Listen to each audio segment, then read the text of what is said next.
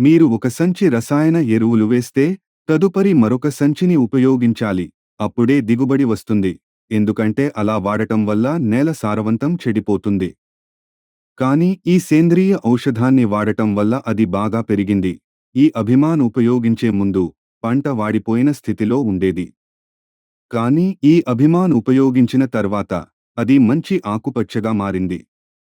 వరి గింజలు మరింత ఆకర్షణీయంగా మారాయి. నా పేరు రాజు. నేను కృష్ణగిరి జిల్లాలో నివసిస్తున్నాను. నేను ఈ అభిమాన్ గురించి విని దానిని ఆర్డర్ చేశాను.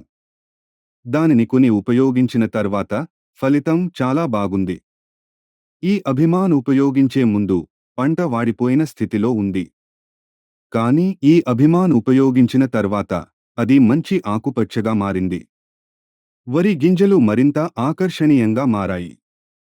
బియ్యం ఎటువంటి నష్టం లేకుండా మంచి ఫలితం ఏర్పడింది.